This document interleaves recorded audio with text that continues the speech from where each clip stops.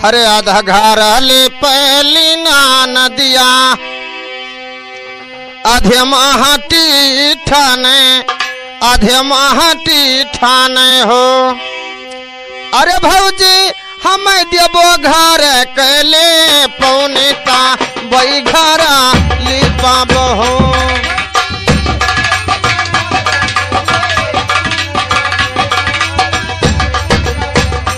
भौजी हम देबो घर कैली पौनिता बई घर लिपाबो हो।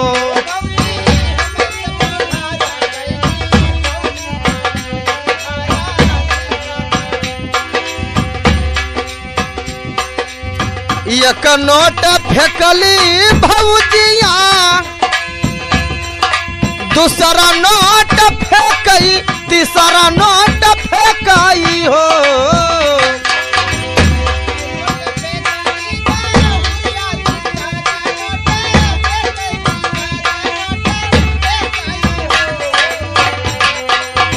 अरे ननदी लेना लेती घर के लिपौनी ननदी लेना ले तू घर कैली पौनी तिलरिया हम नाई देबे हो।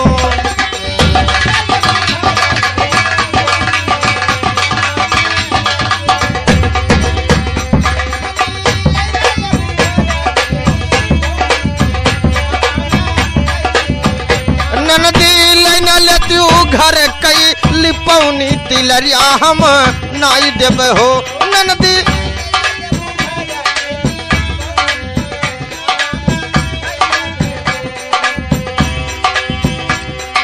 अरे घर माँ से निकरी बहनिया अरे बिरन पैया लगाई हो। घर माँ से निकरी बहनिया बिरन पैया लगई हो। अरे बिरना चलो भी तारी महलिया माँ ए बिरना चलो भी तारी महलिया माँ झगड़ा छोड़ाई आवा हो।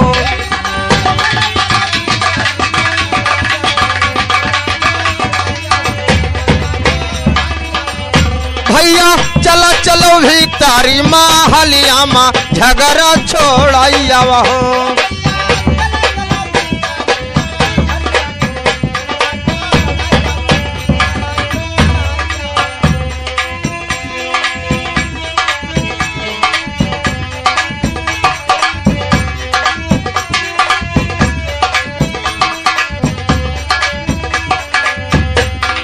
अरे बहरा से गईल बीरन भैया बहरा से गईल बीरन भैया अरे रनिया से यहाँ रज करें रानी से यहाँ रज करें हो।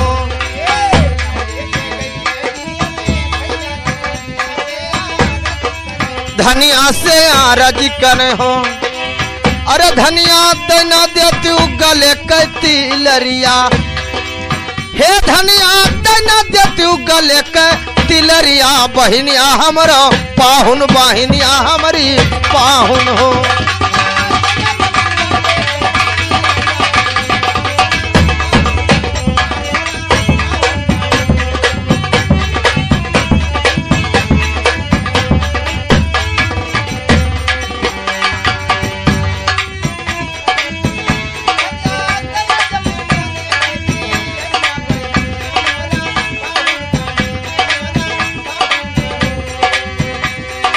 लाई धान फेंकली भौजिया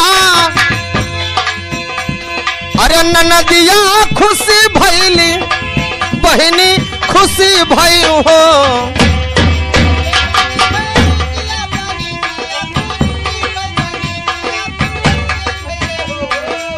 अरे भैया जुगु जुगु जिए तोहरा ललना ए भैया जुगु जुगु जिए तोहरा ललना अमर रहे सोहर हो। भैया जुगु जुगु जिए तोहरा ललना अमर रहे सोहर हो।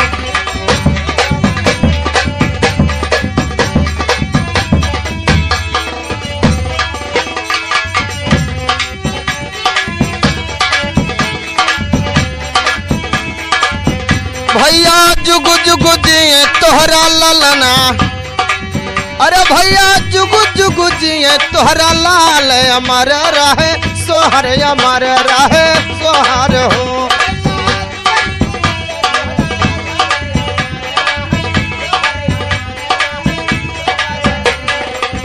भैया जुगु जुगु जिए तोहरा लाल, अमर रहे सोहार हो।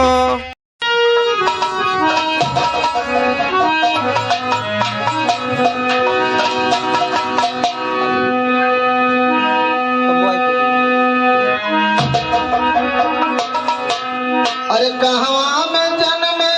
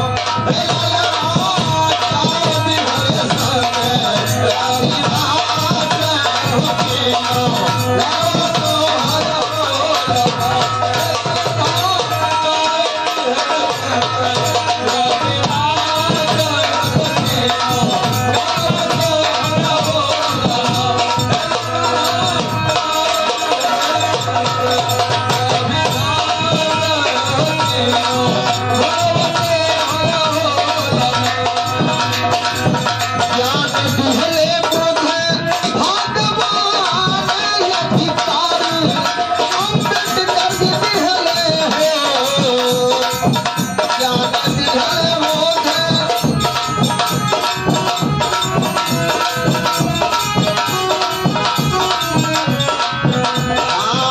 ज्ञान दिहले बुद्धि भगवान अधिकार अम्बेडकर दिहले हो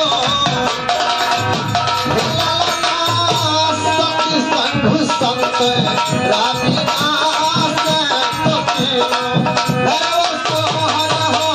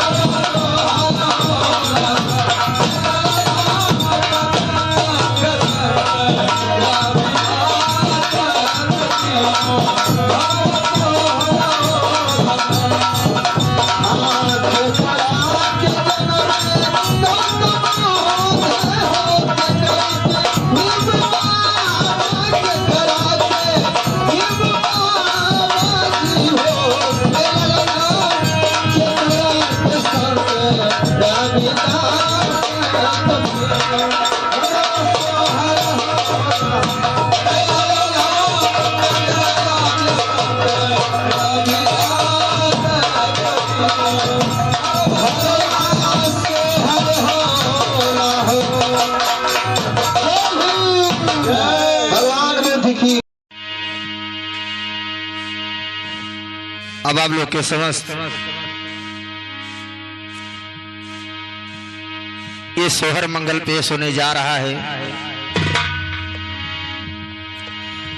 अनेकों प्रकार के आप लोगों ने भजन निर्गुण आप लोगों ने सुना। अब आइए सोहर सुने। हमारे जो ढोलक पर साथ दे रहे हैं हमारे रामदास उर्फ पंकज, और नकारा पर साथ दे रहे हैं हमारे रामनिवास यादव जी, और हमें तो आप लोग जानते हैं बालजी गौतम के नाम से। और ये जो हमारे साथी कलाकार मुरली विश्वकर्मा, थाना ढेबरुआ, जनपद सिद्धार्थनगर, तो आप लोग गौर से सुने और आशीर्वाद का कामना करें।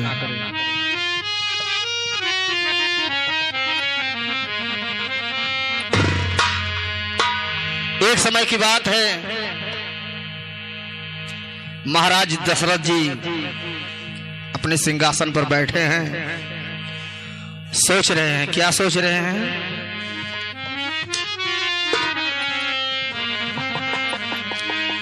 अरे सभवा में बैठे राजा दशरथ, मन है मान सोचाए हो। सभवा में बैठे राजा दशरथ, मने मान सोचाए हो।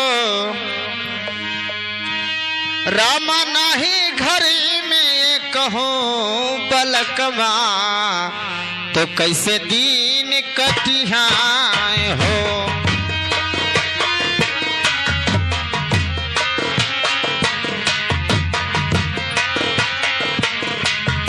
रामा नहीं घर में ये कहो बलकवा, कैसे दीन कटिहाए हो।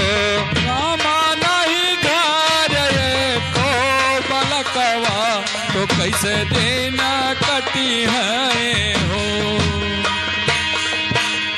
सभवा में बैठे राजा दशरथ, मन ही मान सोचे, मन मान सोचाए हो। सभवा में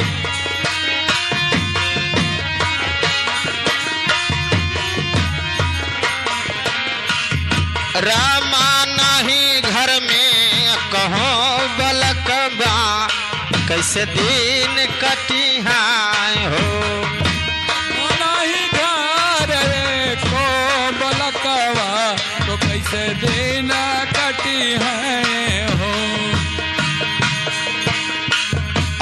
अवधपुरी ऐसन नगरी,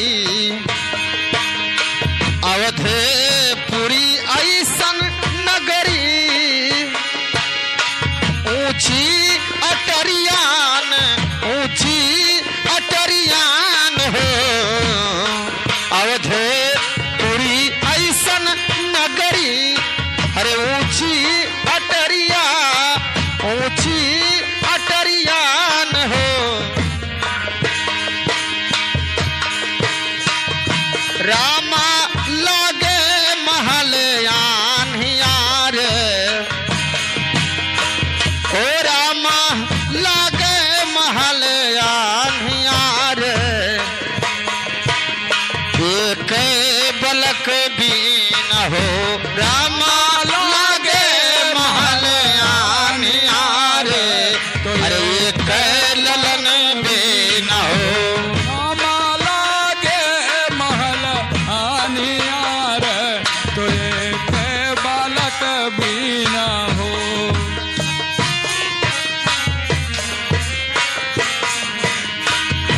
ये हमारे भैया महाराज जी दशरथ जी इतना बात मन में सोच करके कि हमारे तो कोई चीज की कमी नहीं है, हमारे पास राजा प्रजा सब कुछ है, लेकिन एक औलाद बिना ये महल सोना सोना सी है।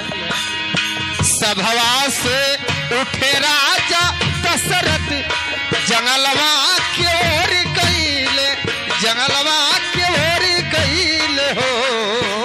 सभावा से उठे राजा दशरथ, जंगलवा की ओर चले, जंगलवा की ओर चले हो।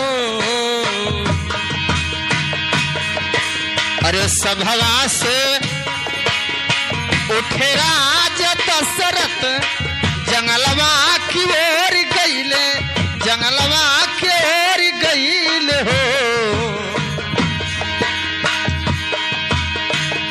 रामा जाई पहुंचे गुरुद्वारे, रामा जाई पहुंचे गुरु के द्वारे,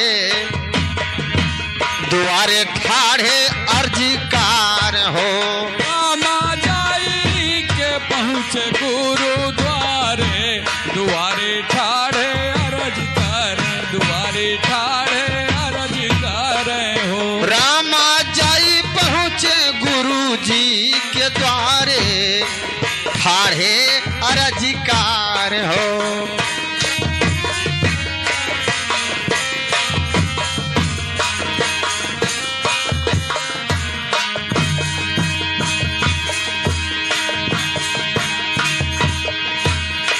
कई के बियाह हम तीन, बलक नाही पायो, बलक नाही पायो। कई के बियाह हम दीन, बालक नाही दिया क्यों, बालक नाही दिया क्यों।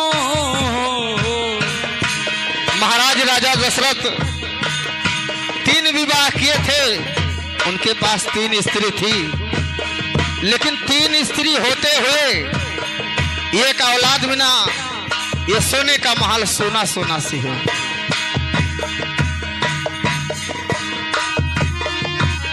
कई के बियाह हम दीन, बालक नाही दिया क्यों, बालक नाही दिया क्यों।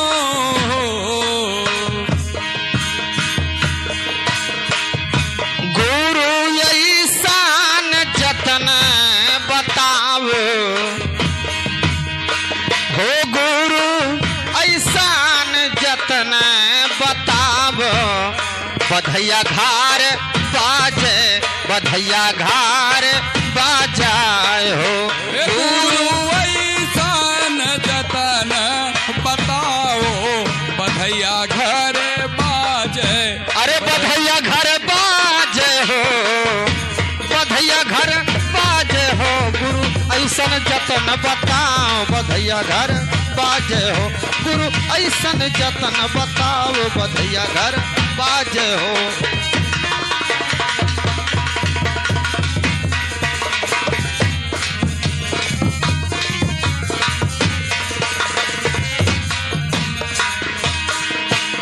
और कुटिया से बोले गुरु बाबा,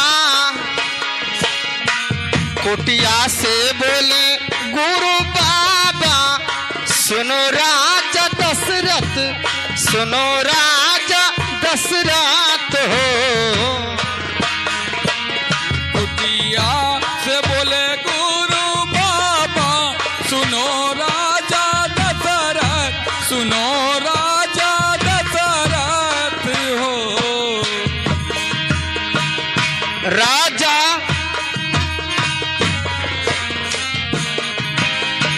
ओ राजा तुम एक जग रचावो, राजा तुम एक जग रचावो, बलक मुख देखाओ हो।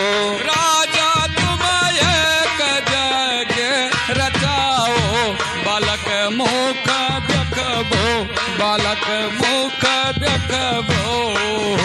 राजा तुम एक जग रचाओ, बलक मुख देखाओ हो।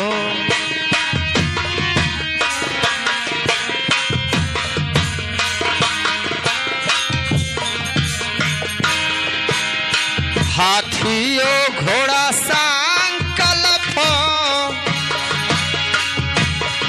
गौदान कराओ, गौदान कराओ हो। हाथियों घोड़ा संकल्प हो गौदान करावो, हो गौदान करावो। हाथियों घोड़ा संकल्प गौदान कराओ, गौदान कराओ हो। राजा विपरे के नेवत खियावो, राजा विप्री के नेवत खियावो, सफल फाल पावाओ हो। ओ राजा विप्रन कनवत खियाओ, सफल होई कारज, सफल होई कारज हो। अरे सफल होई कारज हो, सफल होई कारज हो, राम विप्री के नेमत खियाओ, सफल होई कारज हो। राम विप्रन कनवत खियाओ, सफल होई कारज हो। राजा विप्री के नेमत खियाओ, सफल होई कारज हो।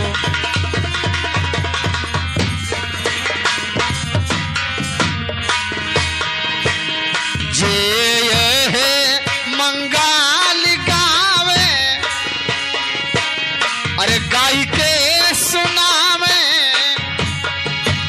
और बैठी के सुनाए हो। जे यह मंगल गावे, तो गाई के सुनावे, और बैठी के सुनाए हो। रामायण में तुलसी कबीरा, रामा अंगने में तुलसी कबीरा, अमर फाल पामाए हो। रामायण में तुलसी कबीरा, अमर फल पावन। अरे रामायण में तुलसी कबीरा, अमर फल पावे।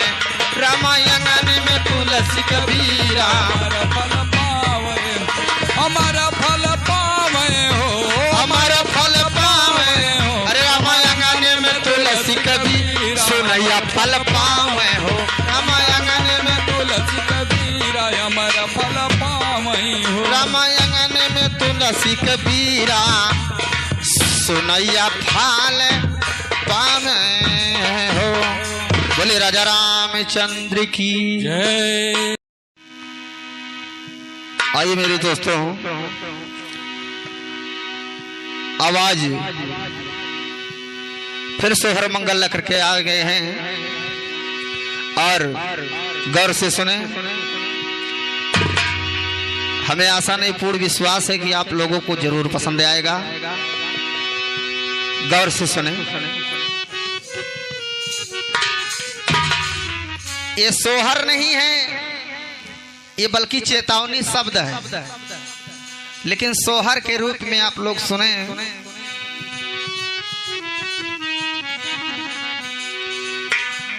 अरे सासु मारे निसदीन बोलिया,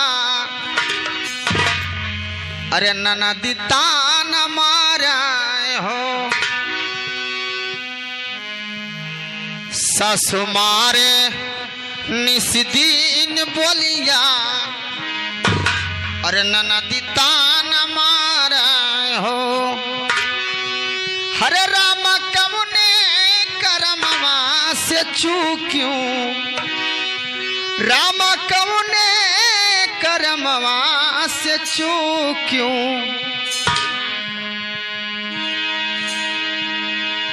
राम कमुने करमवा से चूक्यूं, बलक नाही पाई हो।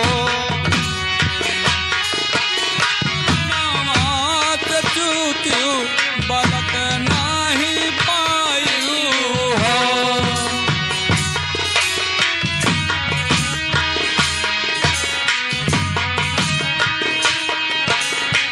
अरे रामा कौने करमवा से चूक्यूं, बलक नाही पाई हो।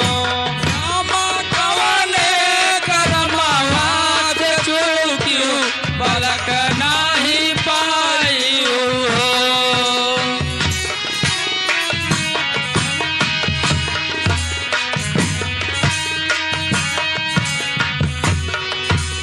अरे पेड़वा पे बोलेला सुगनमा, मधुर बोलिया बोले, मधुर बोलिया बोला हो। पेड़वा पे बोलेला सुगनमा, मधुर बोलिया बोले, मधुर बोलिया बोला हो। रामा माता पिता के गारी आयु, रामा माता पिता के गारी आयु, करमवा से चूकी हो। रामा माता पिता के गारी आयु, करमवा से चूक्यूं हो।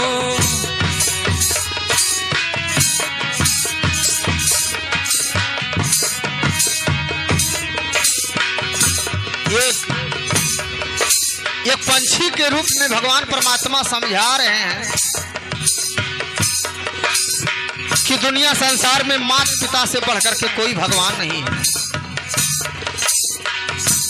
दुनिया में माता पिता से बढ़ करके कोई भगवान नहीं है, लेकिन अपने माता पिता को जो गाली देता है वो बहुत बड़ा कर्म से अभागा होता है। रामा माता पिता के गारी आयु, कर्मवा से चूकी हो। रामा माता पिता के गारी आयु, करमवा से चूक्यूं हो।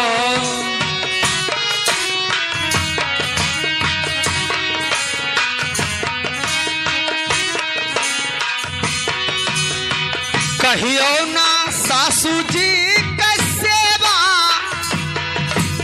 जेठानी जी से झगड़ी हूँ, जेठानी जी से झगड़ी हो। कहियो ना सासू जी के सेवा, जेठानी जी से झगड़ी हूँ, जेठानी जी से झगड़ी हो। रामा द्वारे से लौटे भिखरिया, रामा द्वारे से लौटे भिखरिया, पलक कैसे पई हो, ललन कैसे पैहा हो। रामा द्वारे से लौटे भिखरिया, मलन कैसे पैया हो, कैसे पैबू हो।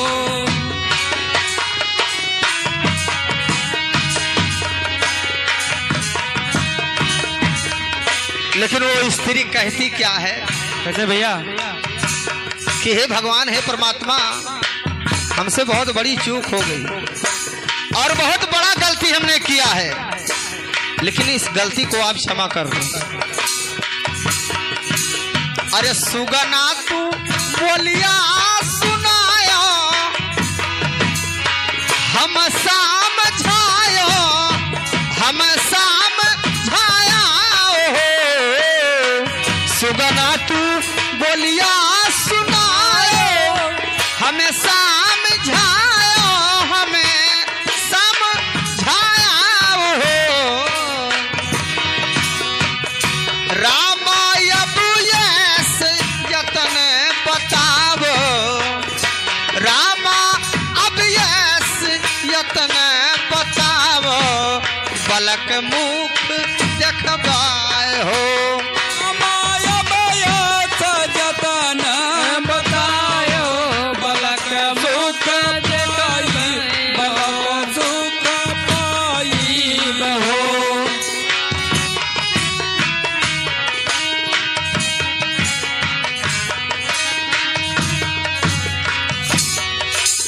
अरे नित उठ प्रातः नहाइबे, सूरज पैया लागी, सासू के पाग लागी, ससुर पाग लागी हो। नित उठ प्रातः नहाइबे, सूरज पैया लागी, सूरज पैया लागी न हो। अरे नित उठ रोजे नहाइबे, सूरज पैया लागी, सासू के पाग लागियो, ससुर पाग लागियो। रामा भूखे के भोजन करइबे, हम नंगे के बसतार हो। रामा भूखे के भोजन करइबे, और नंगे के बसतार हो। भूखे के भोजन करइबे, हम नंगे के बसतार हो।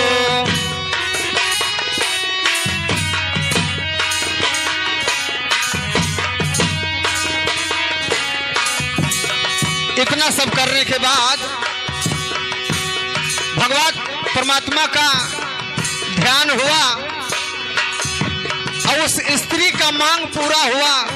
भगवान ने अपने नेत्रों से देख लिया, देखा और सोचा भी। होता क्या है?